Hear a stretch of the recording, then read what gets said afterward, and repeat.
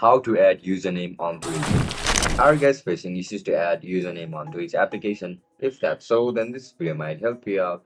Without further ado, let's dive into the video.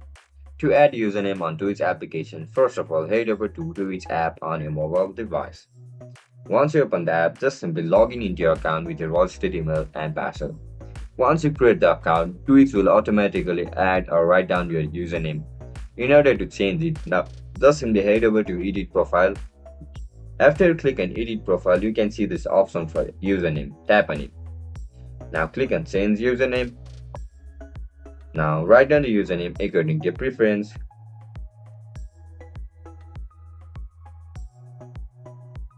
Now click on Save. After you click on Save, you need to write down your registered email and password. After you write down your password, you will be able to change your name successfully. And that's it, guys. That's how we're going to change the name onto each application. If you guys found this video helpful, don't forget to like, share and subscribe to our channel. Bye bye.